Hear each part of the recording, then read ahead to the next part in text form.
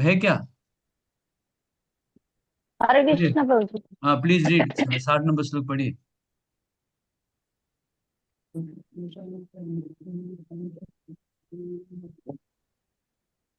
पढ़ सकते हो? हाँ प्रभु जी। तो पढ़िए ना, नहीं पढ़े छोड़ दीजिए क्यों बाकी। 7 नंबर कौन सा है? किताब है आपके पास? हाँ प्रभु जी, किताब है। तो पढ़िए पढ़िए, क्या हो रहा है?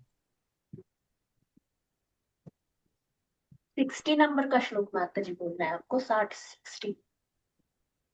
छोड़ दीजिए। अच्छा हरे कृष्ण। अनल, 60 नंबर श्लोक पढ़ो तो। जी जी प्रभु जी। हाँ। हरे कृष्ण प्रभु जी, यततो प्रणाम। यपि कौन्तेय पुरुषस्य विपश्चितः इन्द्रियाणि प्रमाथीनि हरन्ति प्रसभं मनः। हम्म। અનુવાદ: હે અર્જુન, ઇન્દ્રિયો એવી તો પ્રબળ તથા વેગવાન છે કે તેમને વશમાં રાખવાનો પ્રયત્ન કરનાર વિવેકયુક્ત મનુષ્યના મનને પણ તે બળપૂર્વક હરી લે यस। છે। यततो ह्यपि कौन्तेय पुरुषस्य विपश्चितः इंद्रियाणि प्रमाथीनि हरन्ति प्रसभं मनः। कहते हैं यततो ह्यपि कौन्तेय, बोलते हमारी इंद्रियां जो इतने बलवान है। और क्या? पुरुषस्य विपश्चितः, पुरुष मतलब बड़े बड़े लोग जिनका बुद्धि बड़ा प्रखर है। विपश्चितः मतलब बोलते हैं डिस्क्रिमिनेटिंग नॉलेज, जो जानते हैं कि क्या करना चाहिए क्या नहीं करना चाहिए। बुद्धिमान व्यक्ति भी फिर भी क्या करते थे? ये इंद्रिय, और क्या बोलते हैं, इंद्रियाणि प्रमाथीनि हरन्ति प्रसभं मनः। ये जो इंद्रियां इतने बलवान है, बड़े बड़े लोगों का मन को भी हरण कर लेता है। इंद्रियां हमारे इतने बलवान है, मैंने कल परसों बताया था कि पशु पक्षी पांच चीजें बताया, इनके एक एक इंद्रियां है फिर फंस जाते हैं।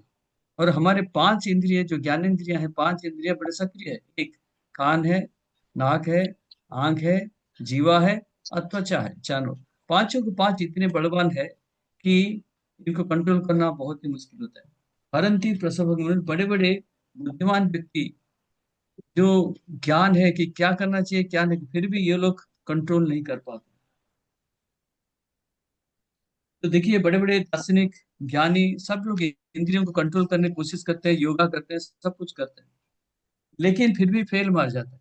विश्वामित्र ऋषि सत्य युग में 60,000 तपस्या किया, 60,000 साल तपस्या किया, कितने 60,000 ईयर्स। 60,000 ये करने के बाद इंद्र ने सोचा, बोलते ये क्या वशिष्ठ मुनि मेरा मेरा जगह ले लगा करके मैंने तुमको भेज दिया, बोले जाओ तुरा इनको देखो क्या करना है। मैंने कहा कि इनके सामने जब नृत्य करने लगी तो बस उन्होंने विश्वामित्र ऋषि ने इनके इनको भोग करने चले गए। खत्म हो गया इनका इंद्रिय इंद्रिय कंट्रोल, सब खत्म हो गया। लेकिन इसका विपरीत क्या बोलते हैं? तो ये बड़ा कष्ट है कि मन को काबू में करना बहुत ही कष्ट। आगे पढ़ेंगे, 6 अध्याय में और पढ़ेंगे। लेकिन कृष्ण भावना मत के बिना ये मन को कंट्रोल करना बहुत ही मुश्किल है। और इसके लिए क्या, हमको हायर अथॉरिटी चाहिए। अथॉरिटी कौन है हमारे? ना हमारे गुरु। गुरु बोलते हैं ये चार चीजें करना ही करना, बस ये चार चीजें नहीं करना है। अवैध संपर्क नहीं करना है। तो कहीं भी कुछ भी चाहते हो, सोच करने से पहले सोचते अरे मेरे गुरु महाराज ने कुछ बोला है, तेरा पीछे हट जाओ। पिक्चर देखने से पहले भी क्या है, गुरु का जो उपदेश है याद आता है, सब छोड़ के चले जाते हैं। ये है शक्तिशाली हमारा वेपन। इसलिए यमुनाचार्य क्या कहते हैं, यद अवधि मम चेत कृष्ण पदार बिंदे नव नव रस धामनि उद्यतम तंतु आसीत तदवधि नारी संगमे स्मर्यमाने भवती मुख विकार सुष्टु निष्ठु वरम। कहते हैं, यमुनाचार्य कहते हैं कि मेरा मन जो है जब कृष्ण भगवान के चरण कमल का ध्यान करता हूँ, नव नव रस आता है मेरे ऊपर। किंतु कोई स्त्री का संगम करने के लिए मैं जो सोचता हूँ, मेरा मन खराब हो जाता है, मेरा मुंह छोटा हो जाता है और छोड़ के जगह चले जाता हूँ। ठीक है। कहते हैं कोई भूखा व्यक्ति को भूखा व्यक्ति को खाना खाओ, उस तुष्टि पुष्टि संतुष्टि सब कुछ हो जाता है। ऐसे ही कृष्ण भावना मुक्त जो ग्रहण करता है, सब चीजें हमारे संतुष्ट हो जाता है। और क्या बताते हैं कि अभी भगवान अर्जुन को बोलता है कि तुम ये कर्म नहीं छोड़ना, बुद्धि जो कहता है कर्म करो, कर्म करो। बताते हैं कि ये जो ज्ञान मिलता है इसको, ज्ञान से अच्छा भक्ति अच्छा है। तो ज्ञान ये ग्रहण करो, ये ज्ञान है कि ये चीजें नहीं करना है, ये छोड़ के तुम कृष्ण भक्ति में लग जाओ। और क्या बताते हैं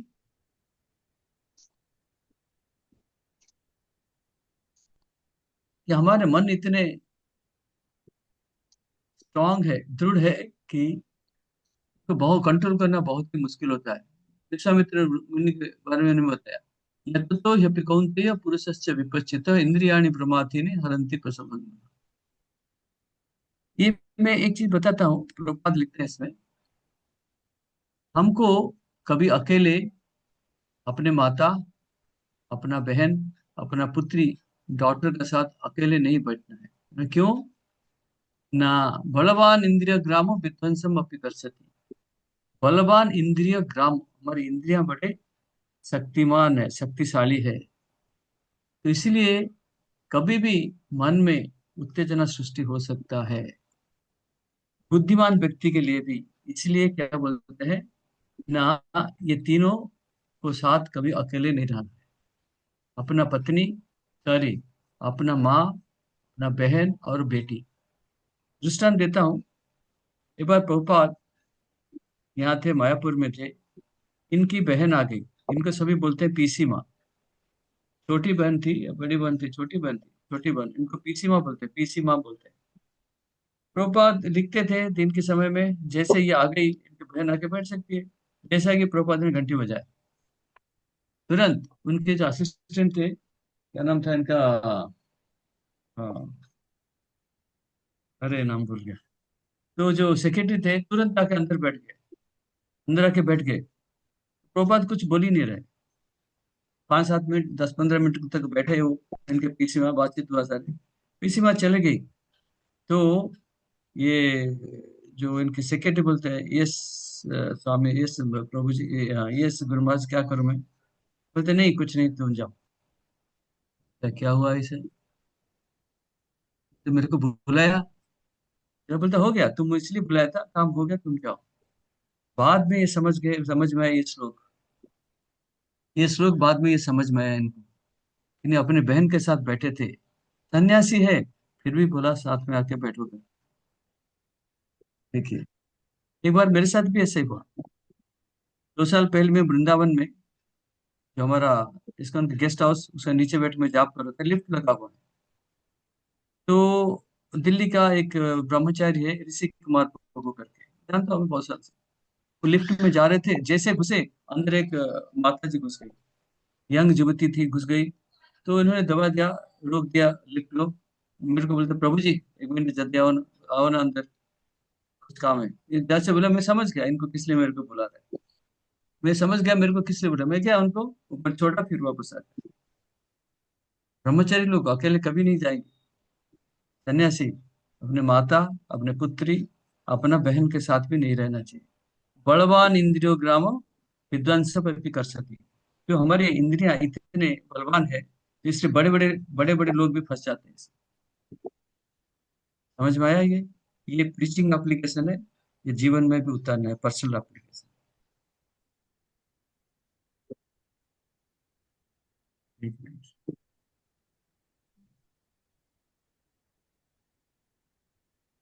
तो ये था 60 नंबर श्लोक। अभी 61 नंबर श्लोक पढ़िए। 61 नंबर श्लोक। हाँ, अर्पिता में माता जी।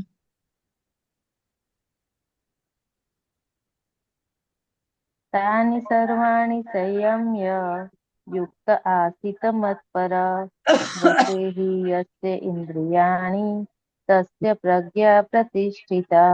हम्म। जो इंद्रियों को पूर्णतया वश में रखते हुए इंद्रिय संयमन करता है और अपनी चेतना को मुझ में स्थिर कर देता है, वो मनुष्य स्थिर बुद्धि कहलाता है। तो इसलिए क्या बोलते हैं, 60 नंबर का श्लोक बाद नेक्स्ट श्लोक क्या बोलते हैं, तानी सर्वाणी संयम्य। सर्वाणी मतलब सभी, क्या समय करना है, इंद्रियों को, युक्त आसित मत्पर, पहले इंद्रियों को कंट्रोल करो।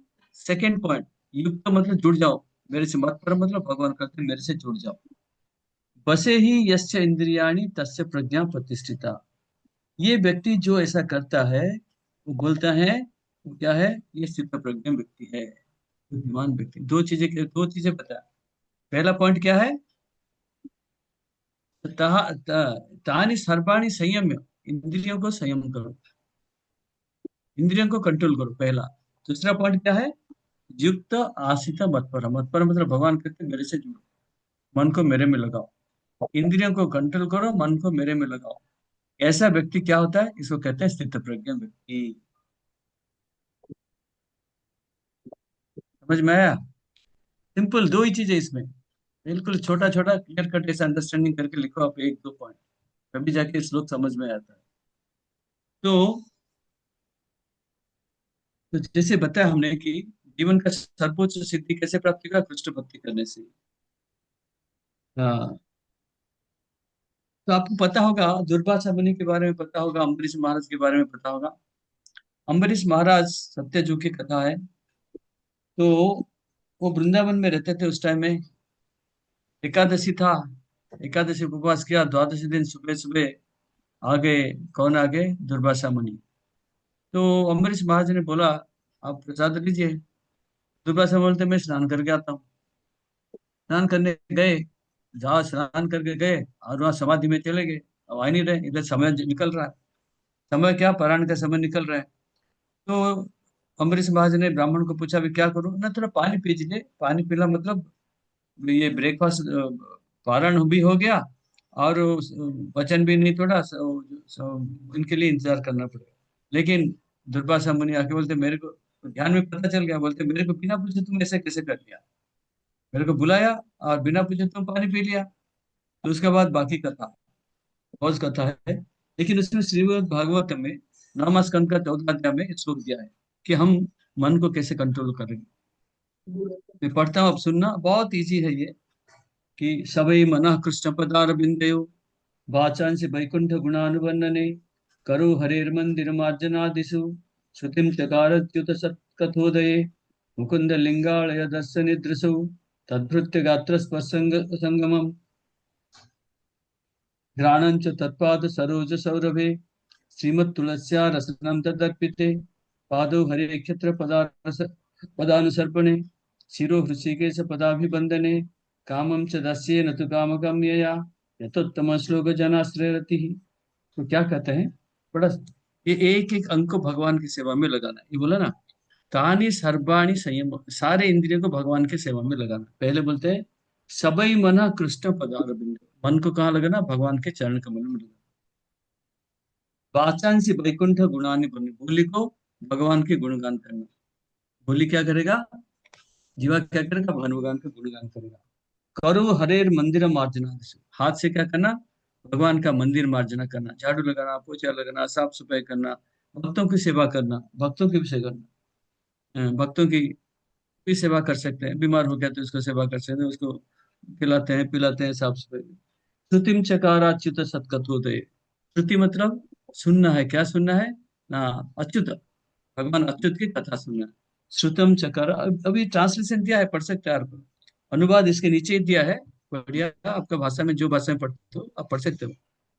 श्रुतिम चकार, श्रुतिम चकारा अच्युत सत्कथे, तो क्या सुना है, भगवान का लीला नाम रूप गुण सुन सकते हैं। मुकुंद लिंगालय दर्शने दृश्य, मुकुंद लिंगालय मतलब, मुकुंद मतलब मुक्तिदाता, भगवान का मंदिर दर्शन करना है, आंख से जाके भगवान को दर्शन करना है। तद्भृत्य गात्र स्पर्श अंग संग में, भगवान के जो सेवक है, भक्त हैं, इनकी सेवा करना, भगवान का सेवक को इनकी सेवा करना। भक्तों को पैर दबा देना, भक्तों को बीमार होता है नहीं होता तो भक्तों को खिलाना पिलाना, भक्तों की सेवा करना। फिर क्या बोलते हैं, घ्राणम च तत्पाद सरोज सौरभे, सरोज क्या होता है, सरोज, कमल का फूल। कमल, सरोज को कमल, कमल कहते हैं, सरोज कहते हैं। किंजल किंजल किंजल का कहते हैं, किंजल भी कहते हैं ना, गुजरात में नाम बड़ा फेमस है किंजल करके, लेकिन वास्तव में किंजल का माने कमल। हाँ, पद्म कहते हैं, बहुत सारे नाम आएगा धीरे धीरे। तो घ्राणम च तत्व, हाँ, घ्राणम च तत्प्राद सरोज सौरभे। तो भगवान की चरण कमल में, जो कमल भगवान के चरण जो कमल फूल होता है उसको सूंघना है भगवान का, इसको कहते हैं नाक को व्यवहार करना है। पदो हरे कृष्ण पदान सर्पणे, और पैर पैर में क्या करना कि वृंदावन जाके देखना है, मथुरा जाना है, मायापुर जाना है, जगन्नाथपुरी जाना है, श्रीरंगम देखना है, जाके पैदल चलते चलते देखना है, बद्री केदार देखना है। सिरो ऋषिकेश पदाभिवंदने, सिर में क्या करना, भगवान को प्रणाम करना, पदाभिवंदने भगवान के पदों को वंदना करना, प्रणाम करना। कामम च दस्ये न तु काम कामया,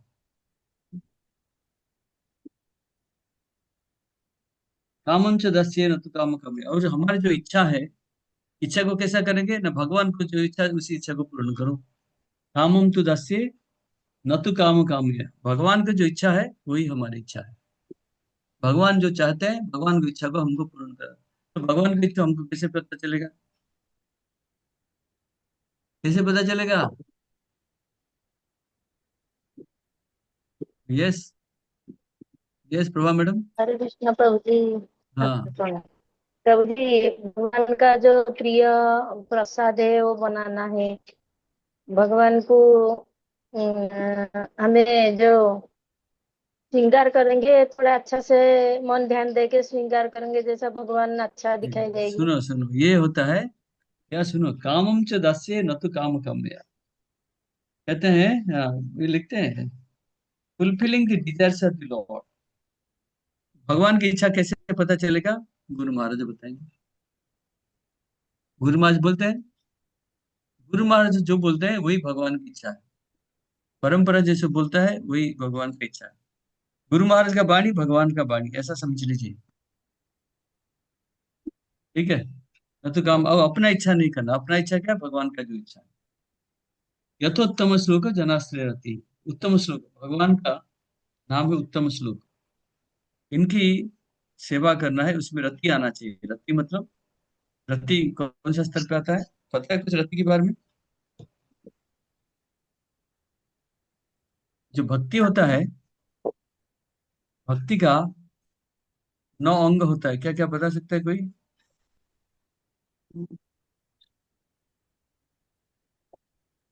हरे कृष्णा प्रभु जी। हाँ, श्रवणम कीर्तनम श्रवणम कीर्तनम, हाँ, बोलिए बोलिए।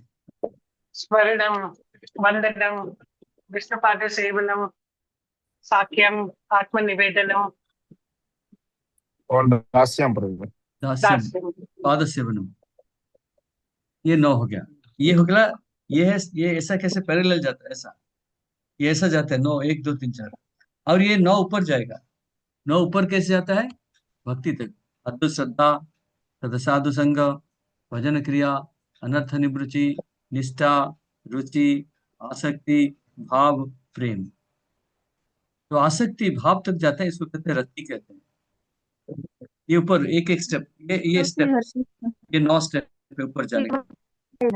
अद्भुत श्रद्धा आगे पढ़ेंगे, 9वां अध्याय में जब आएगा भागवत पूरा, ये तो अद्भुत श्रद्धा, साधु संग, भजन क्रिया, अनर्थ निवृत्ति, निष्ठा, रुचि, आसक्ति, भाव, प्रेम, ये ऊपर चढ़ेंगे। और रति, तो जनस्या रति, ऐसा आएगा।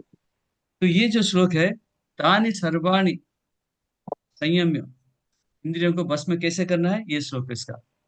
पिछले कृष्ण युक्त आसित मत पर, तो भगवान से जुड़ना है, कैसे जुड़ना है, ये इसी रास्ता बता दिया। ये रास्ता में इंद्रिय भी कंट्रोल हो जाएगा, भगवान भी मन लग जाएगा। वैसे ही तस्य इंद्रियाणि, इनका बस, इन्हीं का इंद्रिय कंट्रोल हो जाएगा। तस्य प्रज्ञा प्रतिष्ठित, अर्थात ये क्या है, स्थित प्रज्ञा व्यक्ति।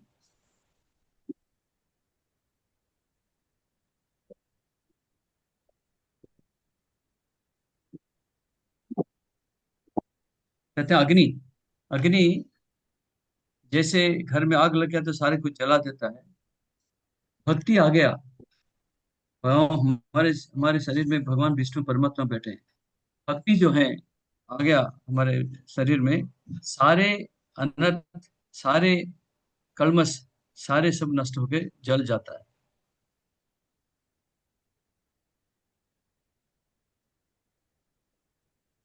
जीवन का मूल उद्देश्य है क्या है कि ना हमको कैसे आगे भक्ति करनी है।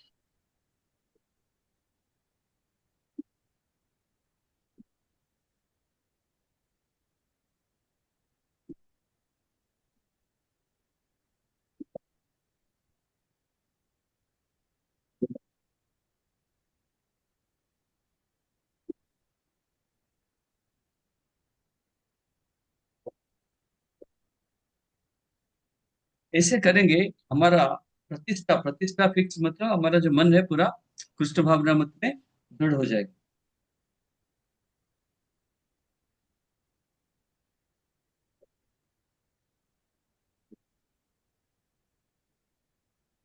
तो इसमें दो चीजें मैंने बताया, इंद्रियों को कैसे कंट्रोल करना है और मन को भगवान में लगाना है, युक्त आश्रित मत पर। ठीक है, ऐसे करेंगे, ऐसे व्यक्ति को क्या करेंगे, स्थित प्रज्ञ कहा जाएगा। ओके, किसी का कोई प्रश्न है? दो पॉइंट है, दो पॉइंट इसमें याद रखिए।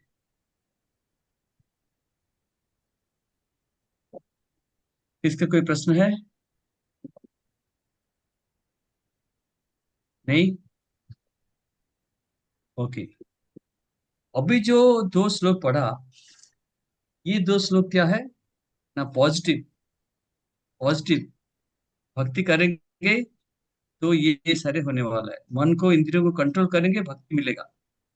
मन को इंद्रियों को कंट्रोल करना, मन को कृष्ण में लगाना, स्थित प्रज्ञ कह जाएगा। अगर ये नहीं करेंगे तो क्या होने वाला है, 62 नंबर 63 नंबर श्लोक। अगर ये 61 62 श्लोकों का पालन नहीं करेंगे, पॉजिटिव है, ये करना है तो कृष्ण भक्ति में फिक्स हो जाएगा, दृढ़ प्रतिज्ञा, स्थित प्रज्ञा। अगर ये इंद्रियों को कंट्रोल नहीं करेंगे तो क्या होने वाला है, 62 63 नंबर श्लोक। ये इसलिए सिस्टमेटिक लिंक है, इसको समझ के जाना पड़ता है, समझ लीजिए इसको। तो ये दोनों श्लोक इकट्ठा इकट्ठा है, ये दोनों का श्लोक का परिणाम थोड़ा सा आप सभी ने एक्सपीरियंस किसने किया भी होगा, नहीं किया तो अच्छा है, सुना भी होगा। बताता हूँ, देखिए 62 नंबर 63 नंबर श्लोक। ध्यायतो विषयान पुंस संगस्तेषु उपजायते संगात संजय। तो आप पढ़ो पढ़ो, कौन पढ़ेगा? कनकलता माता जी, उड़िया वाले छोड़ो, आप गोकुलेश्वर हरि प्रभु। हरे कृष्ण बोलिए। हाँ हाँ, दोनों श्लोक पढ़ी। जी प्रभु। श्लोक नंबर 62।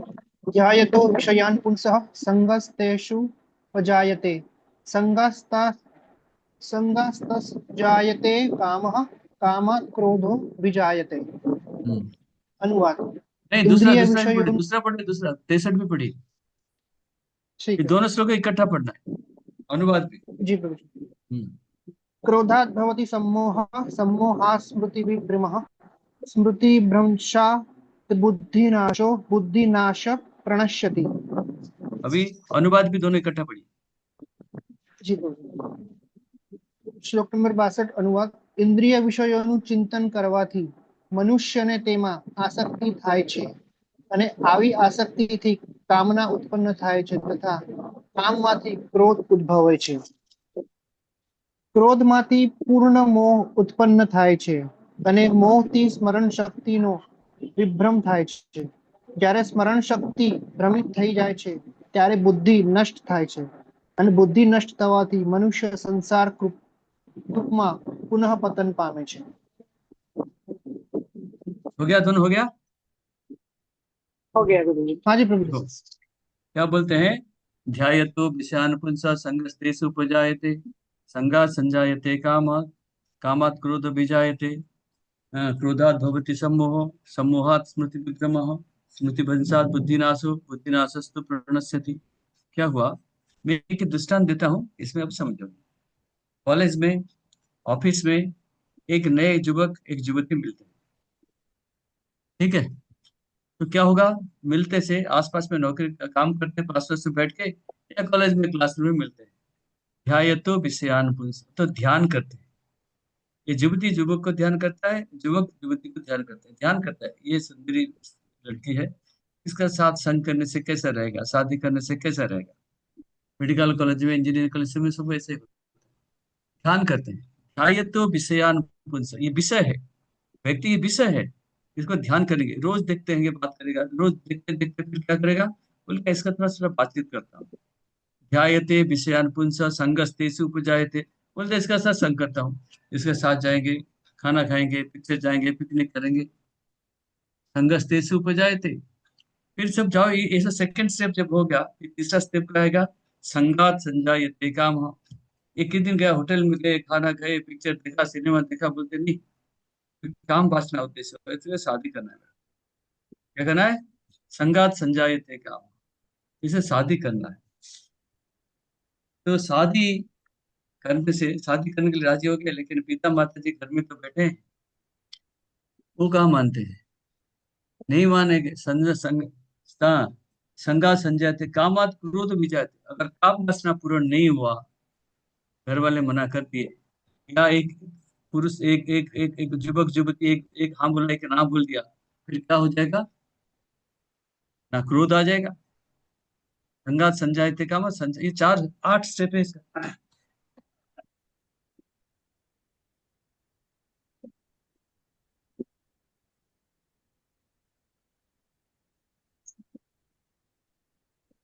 कामात क्रोध भी जायते, दोनों दोनों में से कोई पार्टी राजी भी नहीं होता है, घर वाले मना करते हैं शादी के लिए, चाहे जो भी हो। ये नहीं हुआ तो क्या होगा, क्रोध आ गया। क्रोध जब आ गया, क्रोधात भवति सम्मोह, क्रोध जब आ गया, उसके बाद तुमको समझ में नहीं आता अभी क्या करना चाहिए, क्या नहीं करना चाहिए, क्या बुद्धि खो देते हैं, बुद्धि खो जाता है। क्रोधात भवति सम्मोह, सम्मोहात स्मृति विभ्रम, कि मेमोरी चला जाता है, याददाश्त चला जाता है। अगर मैं कुछ कर लूंगा, कोई बोलता है इसको मार दूंगा, मैं खुदकुशी कर लूंगा, घर छोड़ के चला जाना है, ऐसे सब स्थिति आता है। लेकिन इनके बाद में क्या होने वाला वो सोचते नहीं है। इसको मैं मार देता हूँ, सुइसाइड होता है, जला देते हैं, मार देते हैं, ये समाज में पेपर में तो रोज 2-3 केस ऐसे ही सुनते रहते हैं, यही तो होता है रोज, न्यूज़पेपर में यही केसेस आते हैं सारे। तो स्मृति भ्रंशात बुद्धि नाश, स्मृति चला गया, बुद्धि नष्ट हो गया। बुद्धि नष्ट हो गया तो उसको पता नहीं चलता क्या करना चाहिए, क्या नहीं करना चाहिए।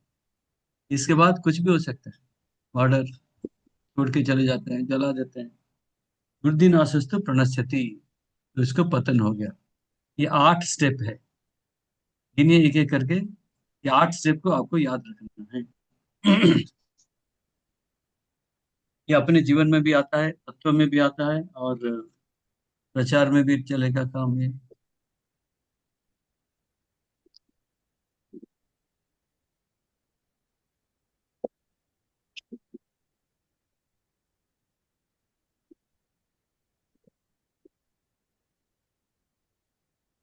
ये एक्सपीरियंस अच्छा नहीं है, लेकिन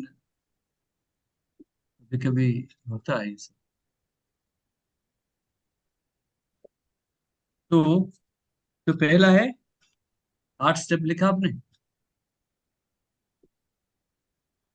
ध्यान करना, पहले विषय के ऊपर ध्यान करना, ध्यायतो विषयान पुंस। नंबर 2 है संगस्तेषु को संग करना, संगस्तेषु उपजायते। तीसरा है संगात संजायते काम, फिर इनके साथ क्या, संग करने के बाद काम वासना, कामात काम वासना पूर्ण नहीं हुआ तो क्रोध आ जाएगा, क्रोध से क्या हो जाएगा, सम्मोह,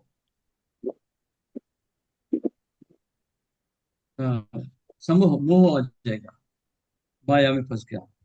समूह, उसके बाद यादाश्त खत्म, स्मृति विभ्रम विभ्रम, यादाश्त चला गया तो क्या आ जाएगा, बुद्धिनाश, बुद्धिनाशस्तु प्रणश्यति। 8 स्टेप है, इसको याद रखना।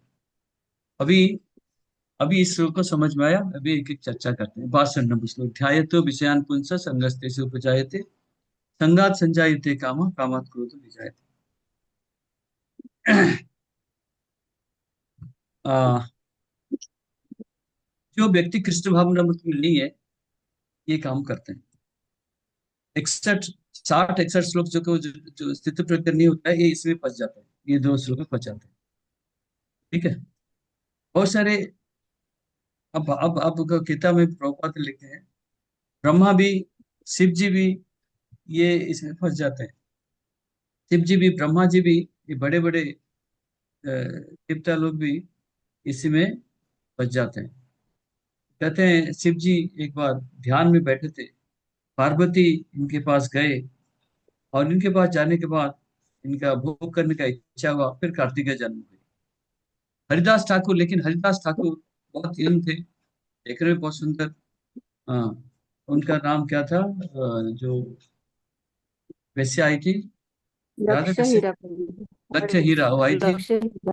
लक्ष्य हीरा आई थी, लेकिन लेकिन हरिदास ठाकुर को कुछ नहीं कर पाया, खुद भक्त बन गई। उसके बाद माया देवी अभी आई थी, हरिदास ठाकुर को नष्ट करने के लिए, वो भी फेल होके चले गए, फेल मार के चले। तो अगर हम मन को, ये देखें ना, क्या बोलते हैं मन को, 61 नंबर में से क्या बोलते हैं? युक्त आसित मत पर। अगर हम मन इंद्रियों को कंट्रोल में नहीं रखेंगे, मन को भगवान में नहीं लगेंगे, ये होने वाला है 62 नंबर श्लोक।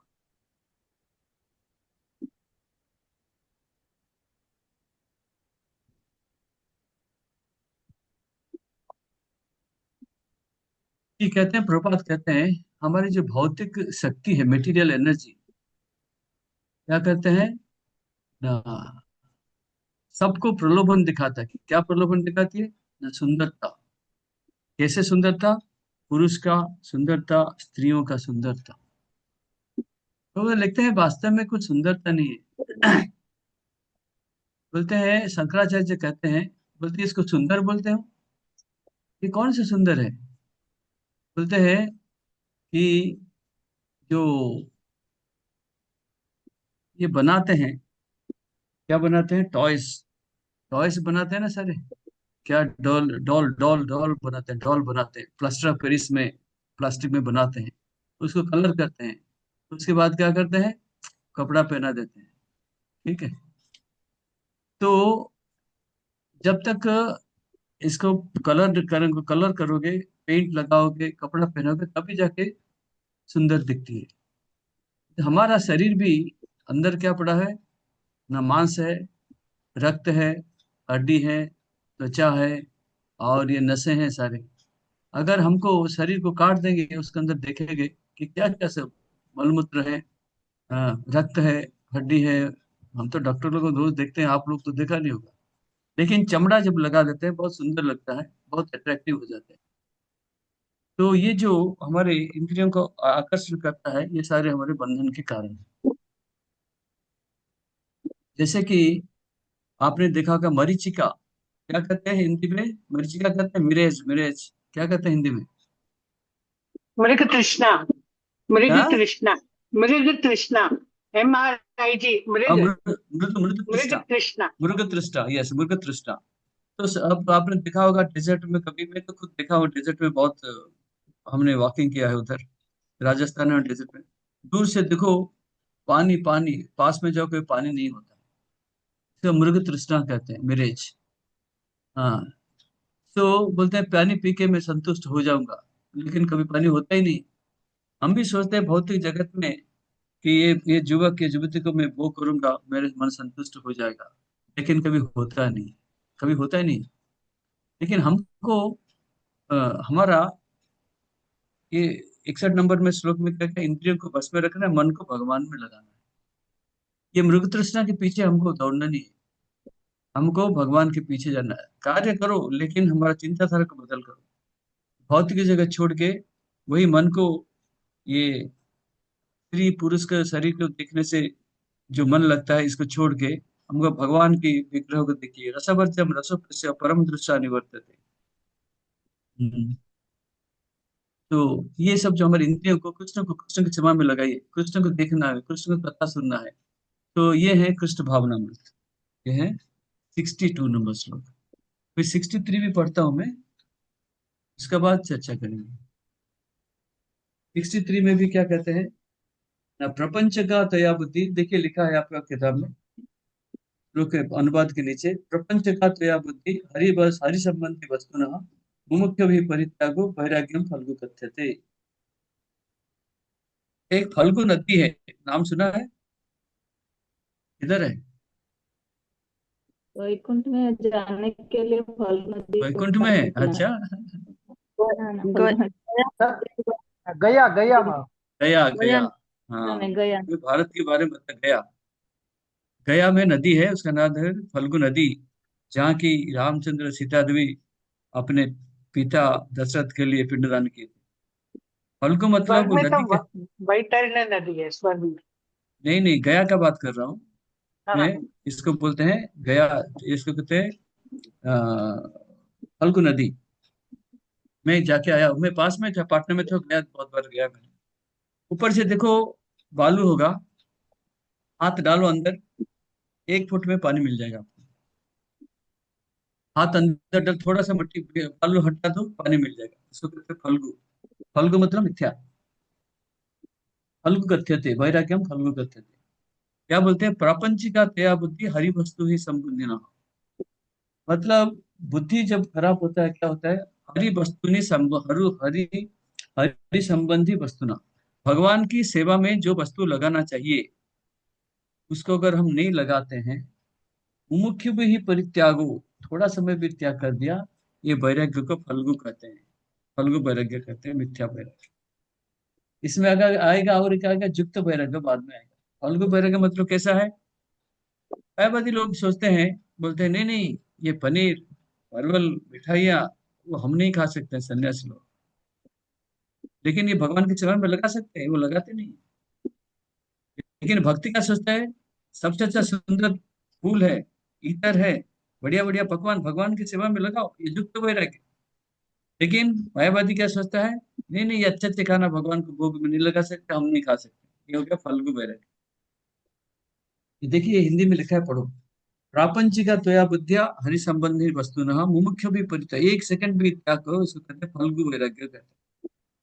तो जो चीजें भगवान की सेवा में लगाना चाहिए, उसको हम नहीं लगाते हैं, इसको कहते हैं फल्गु वैराग्य।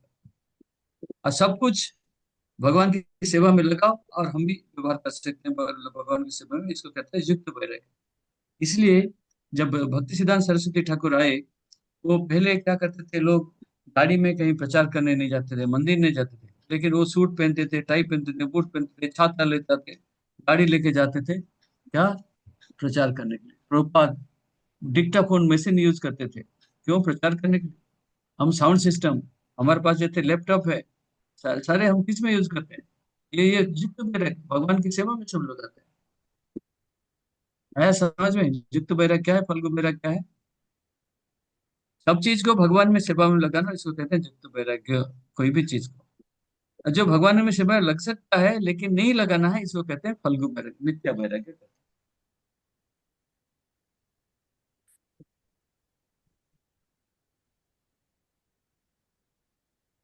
अभक्त जो है, मायावादी लोग क्या करते हैं? भक्त प्रसाद नहीं खाते, लेकिन हम क्या करते हैं? हम राजभोग खाते हैं, बढ़िया बढ़िया पकवान। राजभोग के तो सबसे बढ़िया बढ़िया पकवान भोग लगाते हैं, फिर हमारे पास आता है, हम खाते हैं, तो इसमें हमारा कल्याण होता है।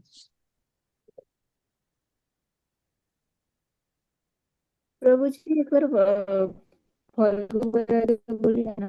क्या क्या? फल्गु बैरागी। फल्गु नहीं नहीं, जरा आप बैरागी। क्या बोलते हैं? फल्गु बैरागी। फल्गु, फल्गु मतलब मिथ्या। ठीक है। उसका फल्गु नदी के डेफिनेशन बारे आपने में बोला। बताया, फल्गु मतलब मिथ्या वैराग्य। जो चीजें भगवान के सेवा में लगा सकते हो, लेकिन इसको नहीं लगाना, इसको कहते हैं फल्गु वैराग्य। जैसे अच्छे अच्छे फल है, पकवान है, मिठाई है, इतर है, कपड़ा भगवान को दे सकते हैं। लेकिन मायावादी लोग क्या बोलते हैं? नहीं नहीं नहीं, हम सन्यासी लोग इसको नहीं खाएंगे, भगवान के सेवा में इसको नहीं लगाते, इसको कहते हैं फल्गु वैराग्य। ठीक है। आया मतलब समझ में? और जी दूसरा प्रभु। वैराग्य प्रभु जी जिसमें लगा देंगे वो उसको क्या युक्त बोलते हैं? युक्त युक्त युक्त वैराग्य। युक्त। ओके। हाँ,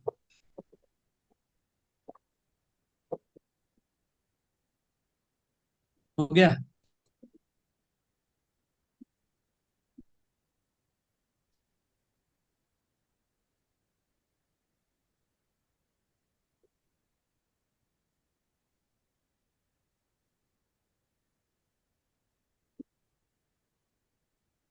नेक्स्ट लोग पढ़े, तो 64 नंबर पढ़ते हैं। हरे कृष्णा प्रभु जी। हाँ, प्रभु जी क्वेश्चन था, ये जो आपने 8 जो विषय लिखा है ना, क्या लिखा? ये जो अभी 8 8 पॉइंट बताए ना, हाँ, उसको एक बार फिर से बताओ कि एक रह गया इसके लिए। ध्यायत्व विषयान पुंसो, पहले ध्यान करना है, यस विषय के ऊपर ध्यान तो विषयान पुंसो। उसके बाद संगस्तेषु उपजायते, फिर ध्यान के बाद क्या क्या हमेशा देखते हैं, जैसे आप बेटी को लेके बाजार में जाते हो, कोई डॉल दिख लिया, पहले दिखेगी दिखेगी दिखेगी, पापा ये चाहिए मेरे को। ध्यान किया तो फिर क्या चाहिए, संगस्तेषु उपजायते, मेरे को संग करना है। इसलिए युवक युवती का एग्जाम्पल दिया, संगस्ते उपजायते। फिर संगात संजायते काम, संग करने के बाद क्या है, काम वासना उत्पादन होता है। कामात क्रोध विजायते, काम वासना पूर्ण नहीं हुआ, क्रोध। क्रोधात भवति सम्मोह, सम्मोह। सम्मोह के बाद स्मृति नाश, स्मृति विभ्रम, स्मृति। फिर चौथा 7 नंबर में आते हैं बुद्धि नाश।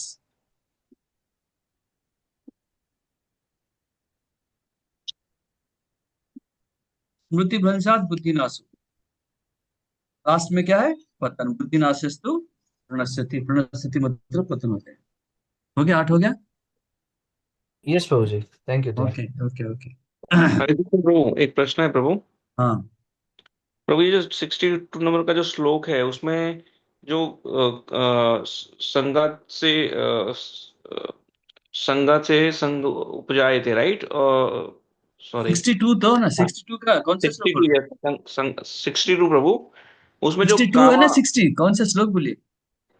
ध्यायते विषयान पुंसः संगत से हाँ, सुपजायते, 62 नंबर 62। श्लोक, यस, हाँ बोलिए। हाँ, 62 नंबर। उसमें जो काम है वो नॉट ओनली स्पेसिफिक टू काम वासना, right? It is related to काम इच्छा मतलब तृप्ति, डिजायर, right? काम मतलब डिजायर। हाँ, मतलब कोई भी इच्छा की तृप्ति के लिए उसको यस यस यूज यस। कर सकते हैं, बट राइट? मैक्सिमम ये काम वासना मतलब ये जो है सेक्स डिजायर, इसी में तो पतन होता है सबका। पेपर में रोज यही पढ़ते रहते हैं। दुनिया में जितने सारे मर्डर होता है, रेप हम्म। होता है, ये सब ये श्लोक है, यही श्लोक के ऊपर से। प्रभु इस स्टेज में भगवान ने यहाँ पे वो पॉइंट रखने की क्या आवश्यकता हुई? क्या आवश्यकता है कि कलयुग में ऐसा होता है। आवश्यकता इसीलिए पहले पता है आपको, अगर 60 61 नंबर श्लोक का पालन नहीं करोगे ये परिणाम होने वाला है। हम्म। 60 61 नंबर श्लोक को पालन नहीं करोगे, 61 नंबर श्लोक को खास करके, आपको 62 63 में चला जाएगा। अच्छा, ओके, ठीक है। समझ गया Prabhu. Okay okay. Prabhu, done. तो हम बच्चे को क्या बोलते हैं, पढ़ाई करो नहीं तो क्या होगा, फेल हो जाओगे। ये बच्चे को बोलते हैं ना, अच्छा से आप पढ़ाई करो नहीं तो फेल हो जाओगे, ये फेल होने का काम है।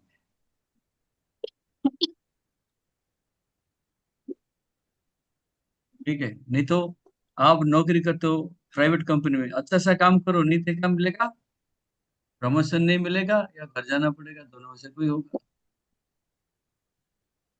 ओके, तो अभी 64 नंबर श्लोक पढ़िए। 64 नंबर श्लोक, प्रभा ये कौन से दीप्ति दीप्ति।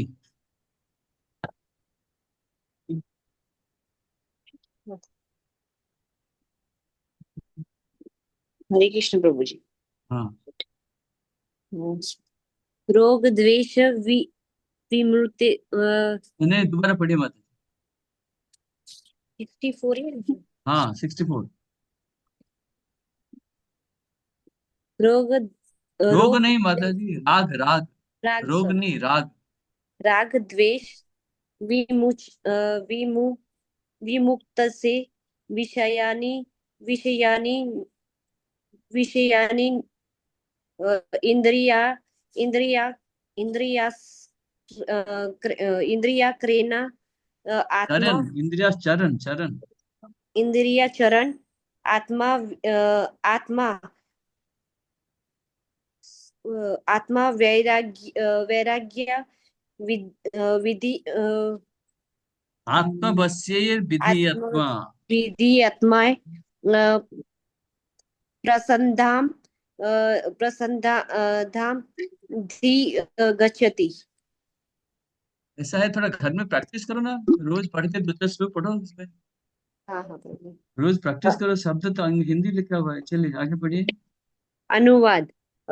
પરંતુ સમસ્ત રાગ તથા દ્વેષથી મુક્ત અને મુક્તિના નીતિ નિયમોના આચરણ દ્વારા પોતાની ઇન્દ્રિયોની સંયમિત કરીને તેમને વશમાં રાખવામાં સમર્થન મનુષ્ય ભગવાનની પૂર્ણ કૃપા પ્રાપ્ત કરી શકે છે. देखो श्लोक कैसा है, राग द्वेष विमुक्तेस्तु विषयान इंद्रियश्चरन् आत्मवश्येर विधेयात्मा प्रसादम अधिगच्छति. तो इस श्लोक में कि भगवान कहते हैं, भगवान अपने कृपा 64-65 श्लोक में बताया. पहले 64 से 72 नंबर श्लोक में क्या है ना, जो चौथा प्रश्न का उत्तर है कि वो कैसे चलता है, कैसे चलता है. तो 64-65 नंबर में भगवान अपना कृपा के बारे में बताते हैं. कृष्ण कहते हैं कृपा दान प्रसादम अधिगच्छति. तो कृपा कैसे देते हैं इसके ऊपर वर्णना किया गया है. तो राग द्वेष विमुक्तेषु, राग मतलब आसक्ति, द्वेष मतलब विरक्ति, विषयान इंद्रियश्चरन्, आत्मवश्येर विधेयत्वा प्रसादम अधिगच्छति. जो व्यक्ति आसक्ति विरक्ति से दूर हो जाता है और क्या कहता है, आत्मवश्येर विशेषत्व विधेयत्मा. विधेयत्मा मतलब विधि नियम, जो हमारे रेगुलेटेड प्रिंसिपल है, नियम को पालन करके चलता है, तो क्या करेगा बोलते हैं ना, प्रसादम अधिगच्छति, उसको कृपा मिलेगा भगवान का. क्या मिलेगा, भगवान का कृपा मिलेगा. राग आसक्ति विरक्ति से ऊपर उठना है और विधि मतलब नियम को पालन करना है. आत्मवश्येर विधेय, जो हमारा 4 रेगुलेटिव प्रिंसिपल है, इसको पालन करना है. क्या मिलेगा, भगवान की कृपा प्राप्ति होगा. प्रसादम अधिगच्छति.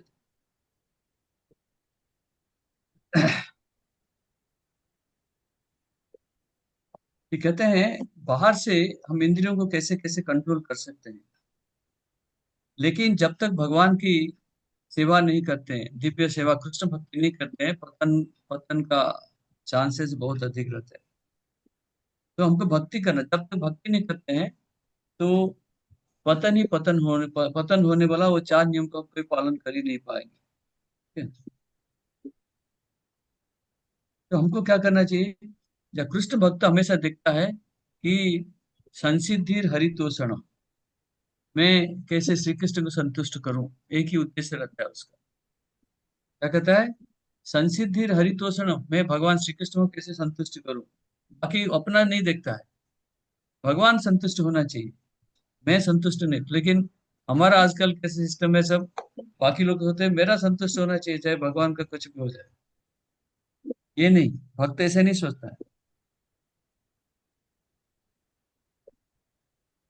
हमको श्री कृष्ण भगवान जैसे कहते हैं उसी से कार्य करना है और कृष्ण की संतुष्टि के लिए कार्य करना है. और ऐसी स्थिति में हम जब कार्य करेंगे, कहते हैं क्या बोलते हैं प्रसादम अधिगच्छति, भगवान की कृपा प्राप्ति होगा. भगवान यहाँ कृपा देते हैं, कृपा बांटने के लिए आते हैं.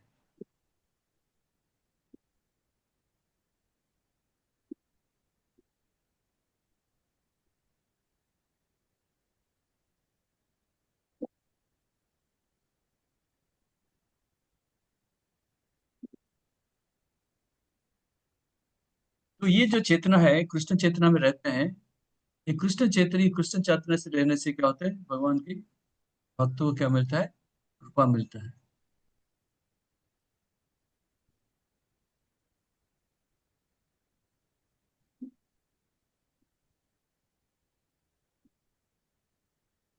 जो जोगी लोग हैं, जोगी मुनि ऋषि लोग क्या करते हैं, इंद्रियों को कंट्रोल करना चाहते हैं, इंद्रियों को बस में रखना चाहते हैं. कोई बोलता है हिमालय में जाएगा, स्त्रियों को नहीं देखना है, आंख बंद कर दूंगा. तो प्रभुपाद बोलते हैं आप आंख बंद करने से क्या होने वाला है, मन के अंदर तो चलता रहता है. तो भक्तों को बोलते हैं, प्रभुपाद बोलते हैं नहीं, हिमालय जाने की जरूरत नहीं, आप लॉस एंजलिस में रहो, न्यूयॉर्क में रहो, दिल्ली में रहो या मुंबई में रहो, कोई प्रॉब्लम नहीं. कोई जाने का इधर उधर कोई जरूरत नहीं. क्या करना है ना, भगवत गीता पढ़िए और भगवान श्री कृष्ण की गीताधारण का सुंदरता को देखिए. और क्या करना ना, कृष्ण प्रसाद खाइए, दो चीजें करनी। और तीसरा क्या करना, मंदिर में आते रहिए। बोलते आपका सारे इंद्रियां कंट्रोल में आ जाएगी। आपको इंद्रियों को कंट्रोल करने का कोई कोशिश करना आवश्यकता नहीं है, अपने आप सब हो जाएगा। प्रसाद खाइए, भगवान का रूप देखिए, भगवान का सुंदरता देखिए, मंदिर में आइए, सत्संग सुनिए।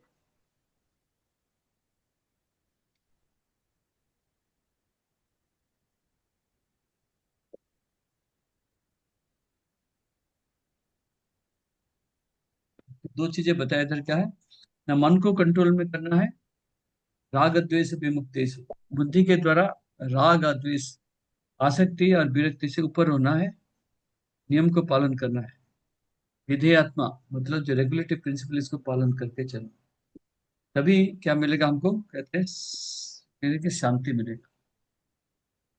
देखिए प्रसाद के ऊपर शांति के जो हमको प्रसाद कृपा मिलेगा, ये कृपा का ऊपर दोनों श्लोक लिखा है, 64 और 65 भी लिखा है। ठीक है,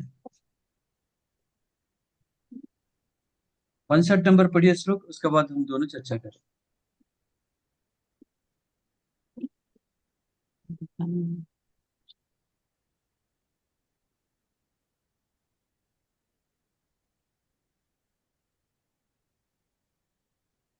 अनुपम प्रभु,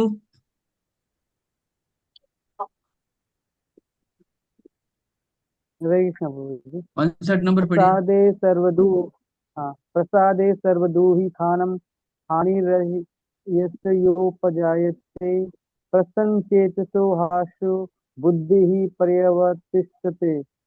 हाँ, अनुवाद इस प्रकार से, कृष्ण भावनामृत में तुष्ट व्यक्ति के लिए संसार के तीनों ताप नष्ट हो जाते हैं। ऐसी तुष्ट चेतना होने पर उसकी बुद्धि शीघ्र ही स्थिर हो जाती है। यस, तो क्या कहते हैं, प्रसादे सर्व दुखानाम। तो देखो 64 नंबर का लास्ट वर्ड है प्रसाद, प्रसादम अधिगच्छति, फिर ये चालू होता है प्रसाद, प्रसादे सर्व दुखानंग, भगवान का जब कृपा मिल गया, प्रसादे सर्व दुखानंग, भगवान का कृपा मिल गया तो सारे दुख नष्ट हो जाएगा। हानि रस्य उपजायते, नष्ट हो जाएगा। ठीक है, प्रसाद भगवान का कृपा मिला, समस्त दुख नष्ट हो जाएगा। प्रसन्न चेत से ही आंसू, आंसू मतलब जल्दी से जल्दी उसका मन क्या हो जाएगा, प्रसन्न हो जाएगा, प्रसन्न प्रसन्न हो जाएगा, दुख आनंद मिलेगा। बुद्धि पर्यवतिष्ठते, बुद्धि क्या हो जाएगा ना, बुद्धि दोनों हाँ, इसका बुद्धि भगवान में स्थित हो जाएगा।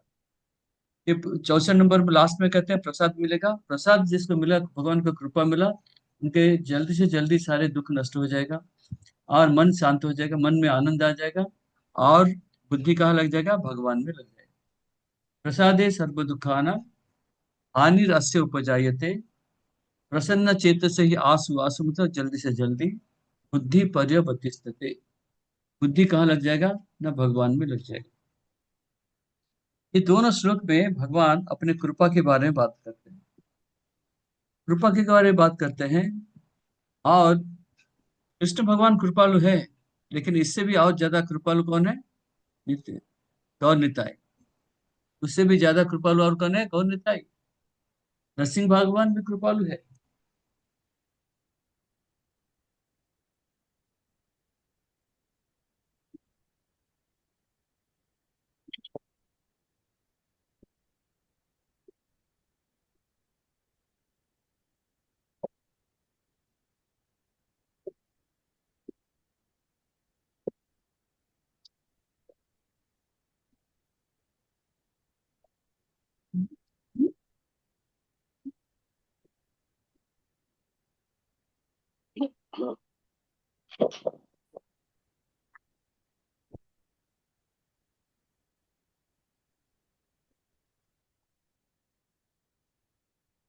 तो व्यासदेव देखिए, ये जो 65 नंबर श्लोक में व्यासदेव कैसे थे, व्यासदेव ने पहले वेद को 4 भाग कर दिया, फिर 18 पुराण लिख दिया, फिर महाभारत लिख दिया, फिर भी इनका मन में संतुष्ट नहीं था। क्यों ना, भक्ति के बारे में कुछ लिखा ही नहीं है। इसलिए नारद मुनि आगे उनको डांट दिया, बोलते नहीं, तुमने भक्ति के बारे में कुछ लिखा नहीं। इसलिए उनका मन असंतुष्ट था, दुख था। जैसे भागवतम इन्होंने लिखा, तभी इनका मन में संतुष्ट आ गया, मन मन बिल्कुल संतुष्ट हो गया। हाँ,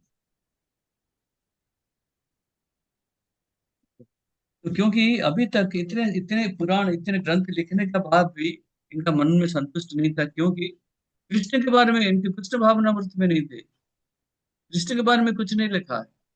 वेद लिखा, पुराण लिखा, महाभारत लिख लिया, फिर भी कृष्ण को बारे में भागवतम जैसे गुणगान किया है संपूर्ण रूप में दसम स्कंद में, ऐसा ज्ञान नहीं था कहीं महाभारत में भी थोड़ा सा दिया है, स्त्री सूत्रों के लिए लिखा हुआ है। तो कृष्ण भावनामृत में जब लिखा उन्होंने, भागवतम लिखा, तभी जाके इनका मन में संतुष्ट आया। तो ये था 64 और 65 नंबर में। ये लिखते हैं कि कृपा, भगवान कैसे कृपा देते हैं, भगवान से ज्यादा कृपा रहे तो और मिलता है, नरसिंह भगवान। तो ये 64 65 ये क्या है, श्लोक में कैसा है, ये कैसे चलता है। 64 65 में आगे भी पढ़ेंगे कि भगवान कहते हैं किम ब्रजेत आसित, किम आसित ब्रजेत किम। 54 नंबर श्लोक, ये ब्रजेत किम कैसे चलता है, इसके बाद चर्चा की। ठीक है, अभी पढ़ेंगे 66 नंबर श्लोक।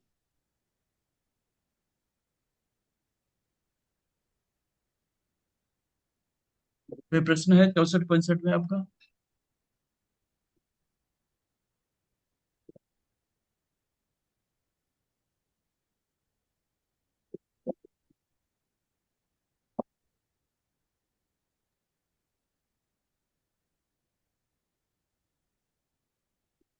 कोई प्रश्न है?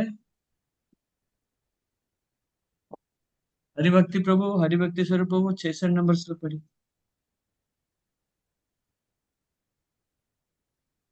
नास्ति बुद्धिर्युक्तस्य न च भावना न च भयावत् शांति अशांतस्य कुतो सुखम। जो कृष्ण भावनामृत में परमेश्वर से संबंधित नहीं है, उसकी न तो बुद्धि दिव्य होती है प्रभु और जी, न ही मन स्थिर हरि होता बोल, है। हरिभक्ति प्रभु जी, थोड़ा ऊंचा करके बोलो ना, क्लियरली धीरे धीरे बोलिए, समझ में आता है। सुने, मेरे को सुने नहीं जा रहा है। और जा रहा है प्रभु जी? हाँ किस श्लोक पढ़ूं? हाँ, पढ़िए। न अस्ति बुद्धि अयुक्तस्य न न च अयुक्तस्य भावना न च अभावयत् शांति अशांतस्य कृत सुखम। जो कृष्ण भावनामृत में परमेश्वर से संबंधित नहीं है, उनकी बुद्धि न तो दिव्य होती है और न ही मन स्थिर होता है। जिनके बिना शांति की कोई संभावना नहीं है, शांति के बिना सुख वो भी कैसे हो सकता है। हम्म। तो 6 नंबर श्लोक में क्या कहते हैं, नास्ति बुद्धिर अयुक्तस्य न च युक्तस्य भावना न च भावयत अशांति अशांतस्य कुतः सुखम। कि नास्ति बुद्धिर अयुक्तस्य, जो भगवान से जुड़ा नहीं है उसका बुद्धि कैसे आएगा। न च युक्तस्य भावना, जो भगवान से जुड़ा नहीं है वो भाव, भाव मतलब भगवान का भाव। हम जो पढ़ते हैं कि आदो श्रद्धा तथा साधु संग ऐसे कर भाव, नच भाव, भाव स्तर कैसे आएगा। और भावना मतलब कि फिक्स्ड फिक्स माइंड, भगवान के प्रति दृढ़ संकल्प होकर कैसे रहेगा।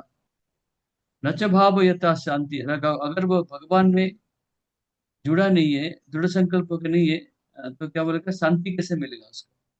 अगर शांति नहीं है, अशांत से कुतः सुखम, तो सुख कैसे मिल सकता है। इसमें भी 4 5 चीजें दिया। देखो, नास्ति बुद्धि अयुक्तस्य, जो भगवान से जुड़ा नहीं है उसका बुद्धि नहीं होता है। नचा युक्तस्य भावना, जो भगवान से जुड़ा नहीं है उसका मन फिक्स नहीं रहता है, दृढ़ीभूत होकर नहीं रहता है। और जिसका भगवान में मन दृढ़ नहीं है उसको शांति नहीं मिलेगा, और शांति नहीं मिलेगा तो सुख भी नहीं मिलेगा। 4 5 चीजें दिया। इसलिए पहले कहते हैं, प्रभुपाद लिखते हैं आपका इसमें देखिए, कि जो कृष्ण भावना मत पे जुड़ नहीं है उसको कभी शांति मिल ही नहीं सकता। 5वां अध्याय में पढ़ेंगे हम, 5वां अध्याय का आखिरी श्लोक 29 नंबर। भक्तारम यज्ञ तपसाम सर्वलोक महेश्वरम सुहृदम सर्वभूतानाम ज्ञात्वा मम शांति। तीन चीजें कहते हैं भगवान कि भोक्तारम यज्ञ तपसा, जितने यज्ञ होता है, तपस्या होता है, तपस्या तपस्या करते हैं, इसका भोक्ता कौन है? भगवान श्री कृष्ण है, ये पता होना चाहिए। सर्वलोक महेश्वरम, जितने सारे प्लानिटरी सिस्टम में ग्रह नक्षत्र ब्रह्मांड है, सबके मालिक भगवान श्री कृष्ण।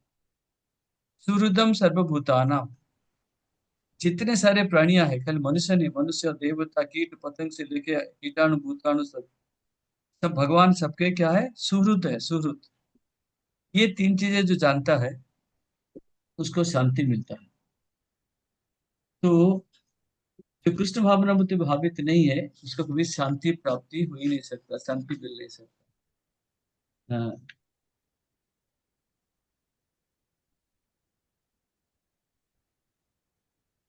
तो जो कृष्ण से जुड़ा हुआ है उसको ही केवल शांति मिल सकता है।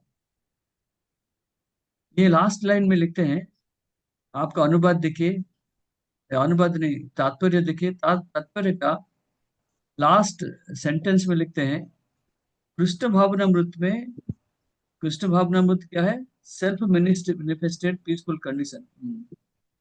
जब हम कृष्ण से जुड़े रहेंगे, कृष्ण भावनामृत में भावित हो जाएंगे, वो अपने आप क्या मिलेगा? शांति मिलेगा। हिंदी में पढ़िए, लास्ट सेंटेंस क्या लिखा है अर्पिता माता जी? कृष्ण भावनामृत स्वयं प्रकट होने वाली शक्तिमय अवस्था है जिसकी प्राप्ति कृष्ण के संबंध से ही हो सकती है। हाँ, आप कृष्ण से जुड़ो, कृष्ण भावनामृत में भावित हो जाओ, तभी क्या मिलेगा? आपको शांति मिलेगा ही मिलेगा।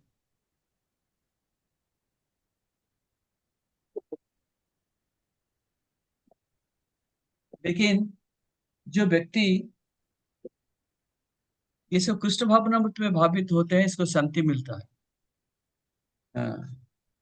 जो व्यक्ति भुक्ति मुक्ति सिद्धि कामी सकल असंत, कृष्ण भक्त निष्काम अतएव शांत। चैतन्य चरितामृत में क्या लगता है? ना भुक्ति मुक्ति सिद्धि कामी, भुक्ति मतलब जो भोग वंचा चाहते हैं, मुक्ति जो भगवान में जाके लीन हो जाता है, मुक्ति।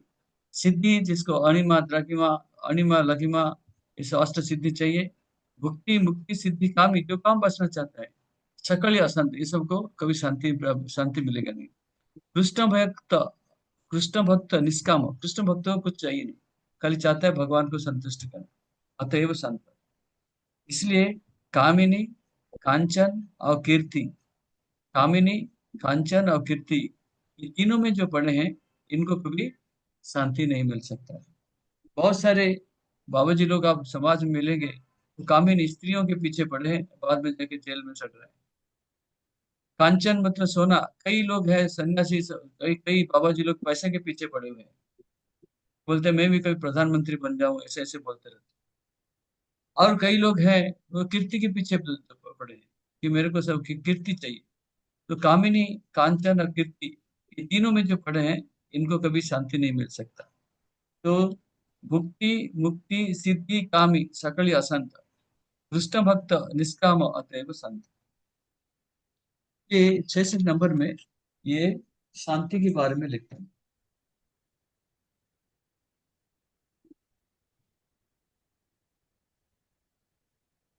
तो ये श्लोक देखिए, ये था कौन सा श्लोक है? 64 62 66।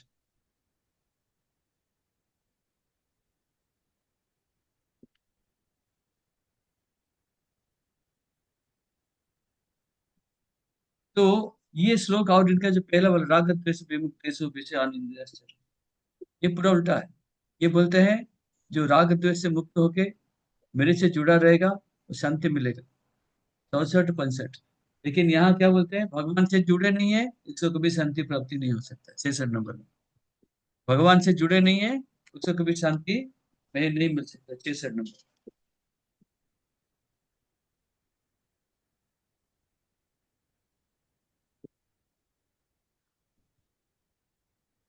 में प्रश्न है?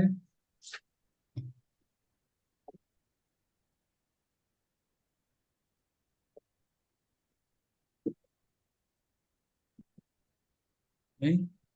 ठीक। 67 पढ़िए। साक्षी माधव प्रभु।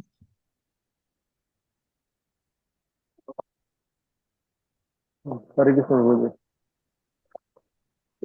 श्लोक 57 इंद्रियाणि हि चरण इंद्रियाणां हि चरताम यत् मन अनुविधीयते तत् अन्यस्य हरिति प्रज्ञां વાયુનાવમ ઇવ અભ્યાસ અભ્યાસી અનુવાદ જેવી રીતે પાણીમાંની નૌકા પ્રબળ પવન દ્વારા દૂર ખેંચાય છે તેવી જ રીતે વિચરણશીલ ઇન્દ્રિયોમાંથી કોઈ એક પર પણ જો મન કેન્દ્રિત થાય તો તે મનુષ્યની બુદ્ધિ હરી લે છે. હરે કૃષ્ણ. इंद्रियाणां हि चरतां यन्मनो अनुविधीयते तदस्य हरति प्रज्ञा वायुर्नाव विभम बची। चरता मतलब क्या होता है? गाय भैंस क्या करते हैं? खेती में क्या करते हैं? हाँ? चरते हैं। चरते हैं ना। गाय भैंस को क्या बोलते हैं? चरते बोलते हैं। तो ऐसा ही इंद्रियाणा ही चरतांग यन्मनो अनुविधीयते तदस्य हरति प्रज्ञा वायु नाव विभव बसी। ये एग्जाम्पल देते हैं, एनालॉजी क्या बोलते हैं? वायु, नाव मतलब नौका, इब अंबसी, अंबसी मतलब पानी। नदी में, नदी का ऊपर या सरोवर के ऊपर क्या रहता है? एक नाव रहता है। नाव जैसे हवा चलेगा वो नाव निकल के आगे आगे चला जाएगा, नाव को फंसा के वो हवा में लेके चला जाएगा। नदी में या कोई सरोवर में नाव है, जैसे तेज हवा चलेगा नाव आगे चला जाएगा। ऐसे ही ऊपर ये सेकंड लाइन का दृष्टांत देते हैं, बोट एंड रिवर। ये आता है, ये एनालॉजी आता है परीक्षा। इंद्रियाणां ही चरतां यन्मनो अनुभूतियते। हमारा भी इंद्रियां है, तो क्या बोलते हैं? हाँ, 5 इंद्रियां है, ज्ञानेन्द्रिया हमारा। एक भी इंद्रिया, कोई इंद्रिया भोगने का वस्तु से लग गया, मन आपका चला गया, बुद्धि चला गया, बुद्धि प्रतिशति जन्मनो अनुभव वायु तदस्य हरतिंग प्रज्ञा, प्रज्ञा मतलब बुद्धि। जैसे पानी के ऊपर नाव रहता है, थोड़ा हवा चला तो नाव क्या आगे चला जाएगा, बस आगे चला जाएगा, बह जाएगा। ऐसे भी हमारे इंद्रियां हैं, इंद्रिया में कोई इंद्रिया भोगने का वस्तु देख लिया हमने, तो इसमें क्या हुआ? कोई भी एक भी क्या बोलते हैं? मन, हमारा बुद्धि नष्ट हो जाएगा। इंद्रियाणां हि चरतां यन्मनो अनुविधीयते तदस्य तदस्य हरति प्रज्ञा, बुद्धि बुद्धि चला जाएगा। अनलेस, ये कहते हैं, unless all of the senses are engaged in the service of the Lord, even one of them engaged in gratification can deviate the devotee from the path of transcendence. मतलब पांचों की 5 इंद्रियां को हम भगवान की सेवा में लगाना चाहिए। एक भी इंद्रिया को हमने छोड़ दिया तो हम क्या करेंगे? हमारा भक्ति में आगे नहीं जा सकते। इसलिए हमने इससे पहले पढ़ा, कौन सा श्लोक है? 61 नंबर श्लोक। 61 नंबर श्लोक में महाराज अम्बरीश क्या करते हैं? सबई मना कृष्ण पदार विंदयो वाचन से वैकुंठ गुणानुवर्णने। सारे इंद्रियों को भगवान में सेवा में लगाना चाहिए, सारे, किसी एक इंद्रिय को नहीं छोड़ सकते। एक इंद्रिय को छोड़ देंगे, वो भोग इच्छा करेगा, भोगवंछा उसमें लग गया, हमारा भक्ति नष्ट। इसलिए कहते हैं इंद्रियाणाम चरतां जन्मनो अनुविधीयते तदस्य हरति प्रज्ञा, बुद्धि चला गया। इसलिए सारे इंद्रियों को भगवान की सेवा में लगाना चाहिए।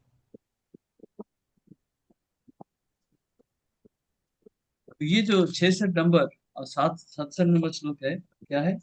तो जो व्यक्ति कृष्ण भावना में भावित नहीं है, ये दोनों के लिए श्लोक लागू है। इसमें क्या है? शांति नहीं मिल सकता, मन चला गया, बुद्धि चला गया। ठीक है, कुछ जानकारी चाहिए और?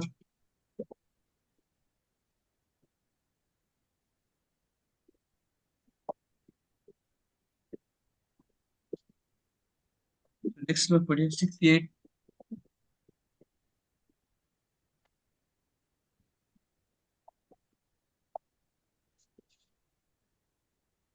अतुल विष्णु प्रभु।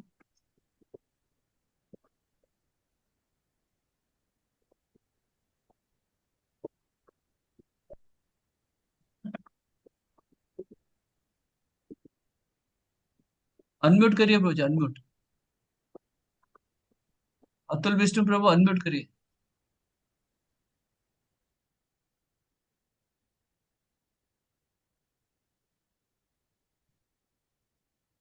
नहीं हो रहा है।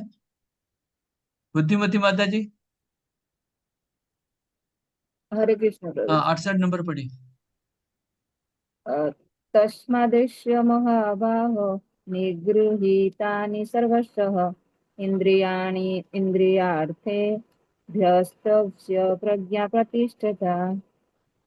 अतः हे महाबाहो, जिस पुरुष की इंद्रियां अपने अपने विषयों से सब प्रकार से विरत होकर उसके बस में है, उसी की बुद्धि निसंदेह स्थिर है।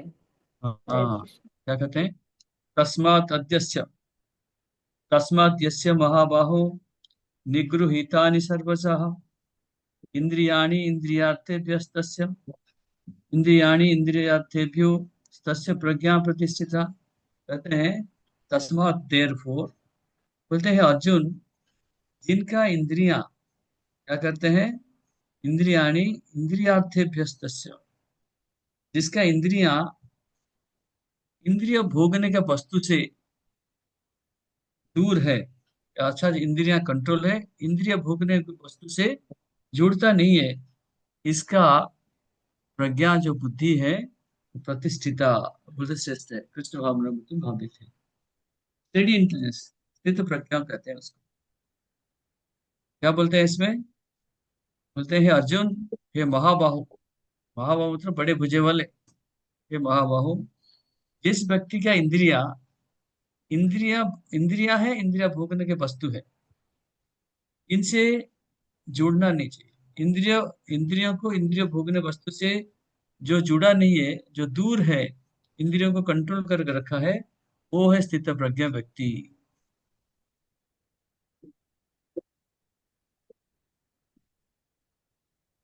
तो इसको कैसे कर सकते हैं? देखते हैं प्रभुपाद अनुवाद में कहते हैं तात्पर्य में कि इंद्रियों को कंट्रोल करना कृष्ण भावनामृत का द्वारा ही। देखो इतने सारे श्लोक में हम खाली इंद्रिय तृप्ति भोग इसी पे लगा हुआ है सर, 62 नंबर श्लोक से आगे से भी इंद्रियों के ऊपर कितना कंट्रोल करना पड़ेगा देख लीजिए। कहाँ से 54 नंबर से आगे से चालू हुआ, अभी तक चले आ रहा है। और आगे भी चलता रहेगा ऐसे। तो इतना इंपॉर्टेंस देते हैं इसके ऊपर, देख लीजिए। इंद्रियों को हम बस में रख सकते हैं कृष्ण भावनामृत का द्वारा, और कोई रास्ता ही नहीं है। और हम इंद्रियों को कैसे कंट्रोल कर सकते हैं? बोलते हैं देखो, हमारे शत्रुएं हैं। कौन है शत्रु? शत्रुओं को हमको बस में करने के लिए देखते हैं, पांच पांच शत्रु हैं, हम अकेले हैं, कैसे इनको कंट्रोल करेंगे? तो हमको कभी कभी क्या करना चाहिए, ना कोई सुपीरियर फोर्स, कोई बड़ा शक्ति को पकड़ना पड़ेगा, तभी जाके ये सब हो सकता है। जैसे कि बताता हूँ आप, कि आपको कोई शत्रु है, आपको मारने के लिए बैठा है, तो आप जाके पुलिस के सहारा लेते हैं या और कोई गुंडे का सहारा लेते हैं, तभी जाके उसका दमन कर सकते हैं। ऐसा। तो ऐसे हमारे पांच पांच शत्रु यहाँ बैठे हैं, हम अपने इनको कंट्रोल, अपने आप में कंट्रोल करना मुश्किल है। तो हमको क्या करना चाहिए? हमको सुपीरियर, सुपीरियर मतलब और हमसे ऊंचा कोई व्यक्ति को पकड़ सहारा सहारा आश्रय साहाय्य लेना चाहिए। वो कौन है? भगवान श्री कृष्ण। इनसे हमको हेल्प लेना चाहिए। श्री कृष्ण भगवान सबसे बड़े हैं, इनके इनके इसलिए इनका नाम है Madan Mohan, he is expert. तो इन्हीं के सब इनको जब हम आश्रय लेंगे, तो साहाय्य लेंगे, हम ये इंद्रियों को कंट्रोल कर सकते हैं। और कैसे? ना ये कैसे संभव है? ना गुरु आश्रय, गुरु आश्रय, गुरु के द्वारा, गुरु आश्रय के द्वारा ये सब हो सकता है। हाँ,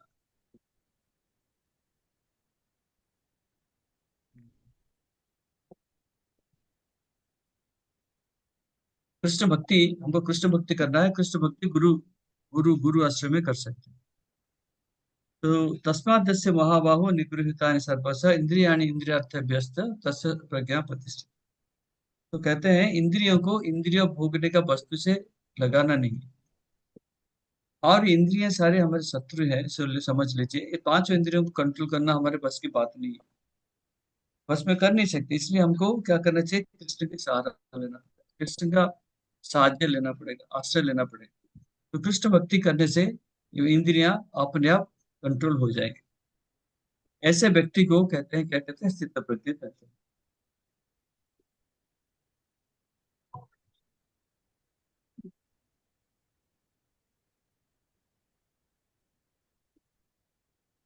तो महाभाव कहते हैं, भगवान अर्जुन को कहते हैं महाभाव मतलब तुम जैसे शत्रुओं को कंट्रोल करते हो, ये भी सारे इंद्रियां सारे शत्रु जैसे हैं, तुम इनको भी कंट्रोल करो।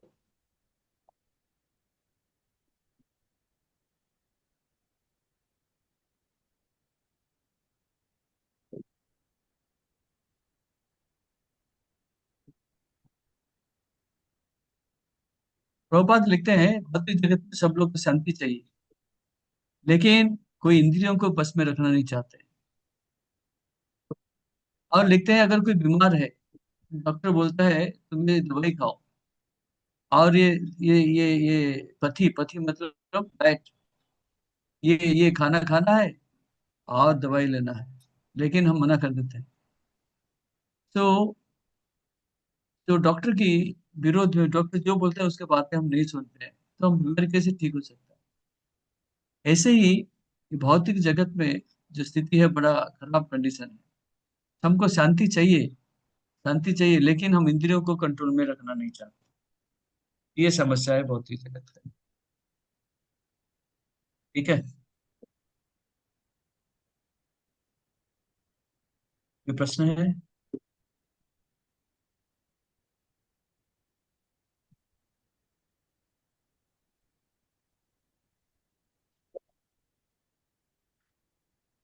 एक मैं चार्ट दिखाता हूँ।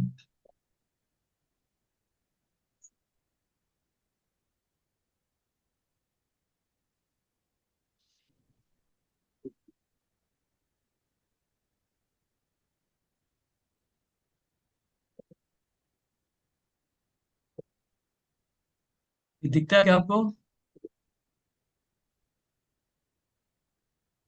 जूम करना पड़ेगा प्रभु जी, यस अक्षर प्रभु। बहुत छोटे छोटे। एक मिनट, अभी दिखा? दिख रहे हैं प्रभु जी, हाँ अब दिख रहे हैं। हाँ तो ये देखो पतन कैसे होता है, 62 और 63 नंबर श्लोक, उसका चार्ट है, ये लिख लीजिए। आज इतने करके, बाकी कल नेक्स्ट क्लास में।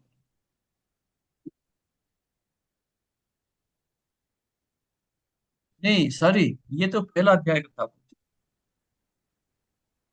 ये नहीं, ये नहीं। ये स्मृति, ये तो ऑलरेडी हमने किया हुआ है। हाँ नहीं नहीं, सॉरी सॉरी, रॉन्ग स्लाइड आ गया।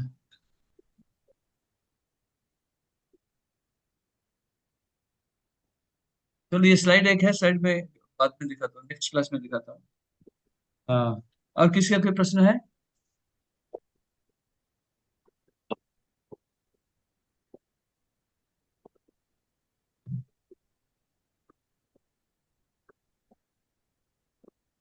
नहीं तो आज विश्राम लेते हैं, हरे बाकी दो कृष्ण चार। प्रभु। हाँ प्रभु, आप भगवान को भोग लगाया बरोबर, और वो भी वो प्रसाद खाना खाने बैठे, और 2-3 साल का बच्चा आके धर्म करके उसके ऊपर थाली में पूरे, और वो प्रसाद फिर खा सकते हैं या फिर उसको क्या फेंक क्या, देना दोबारा पड़ता है? दोबारा बोलिए, दोबारा बोलिए।